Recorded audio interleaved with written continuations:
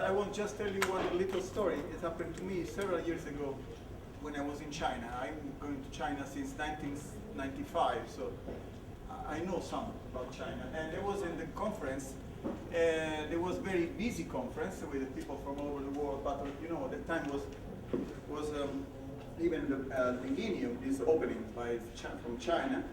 And there was some problem about some connection between a computer and two computers, and there was an American guy asked to the person, like I mean another colleague, but he was there like a servant for guests, and he asked for connection. The connection was pretty difficult to organize, and then at the end, after a long time, the American person was a little bit upset and was a bit angry, saying, "Why you don't have a standard?" He said.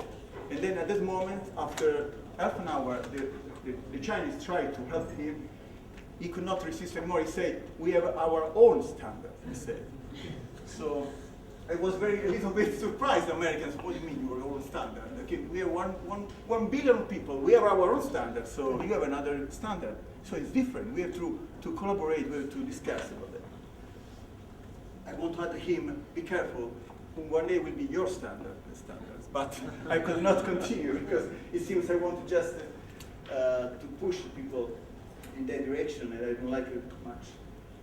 This is kind of speech is pretty different from the other one. I'm talking about cultural heritage, and I think on cultural heritage we don't have much to discuss and much to argue about that, because cultural heritage means our own ancestral culture comes from thousands of years before.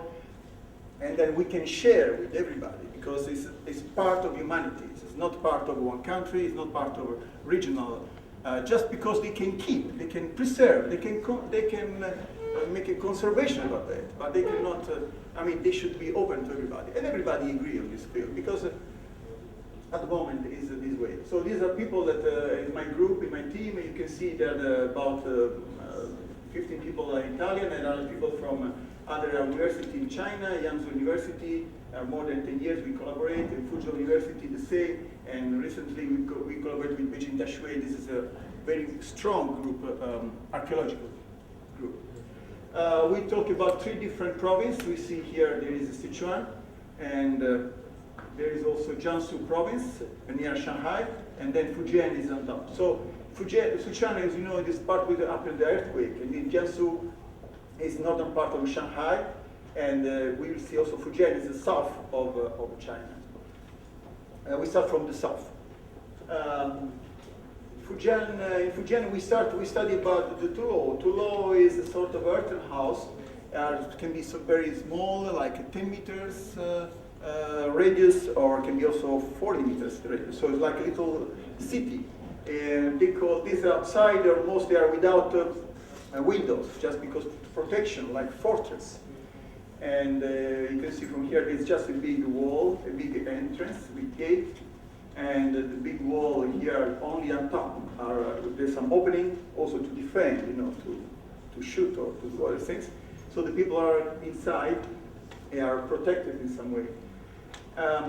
Here you see there is a sort of landscape around, almost now contaminated by new house.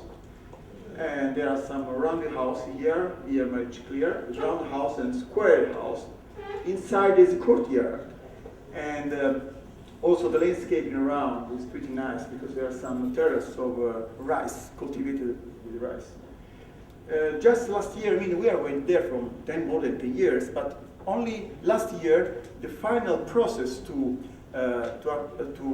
list this kind of monument or buildings in the heritage, cultural heritage from UNESCO was completed just last year. There are some also some religious aspects about this. You know about the feng shui, very trendy in Italy, in Europe. It's completely wrong what we say here. Feng shui is just one culture a long time ago. Starting in China, is related with nature. Is very simple. It's very natural, and here the architect tried to invent something strange about feng shui. So please go back to original one if you want to know something, because it's something more commercial now.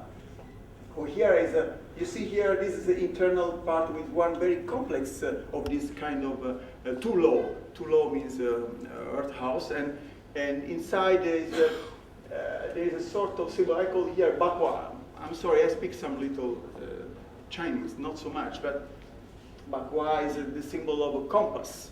Huh? La bussola, the compass. So there are 8 directions of the wind. And so 8 is number, magic number, everybody knows now about from Olympic Games, 888 and so on. So we see in several places. So here there is some little corridor inside. There's another corridor between 2 square or round house. Here inside again the internal. Here there's some also related with some little altar here, religious.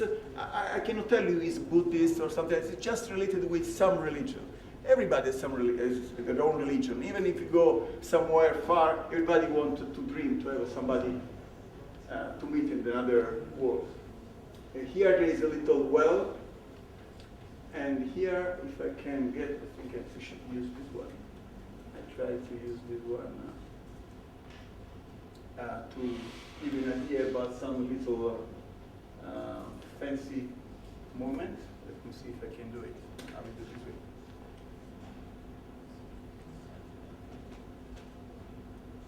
Okay, this is a little, it's not so big, but you can see there is all the activities. There is a well in the center. This is sort of a kitchen. Here the children are playing there. And there's also wooden inside, all wooden inside, see? So there's some drainage here for the water, because water is very important to keep. You should imagine the people can stay there for a long time without go outside, even when we were attacked from the some bandits. So they should have an internal tank. So the drainage means also to collect the water and so on.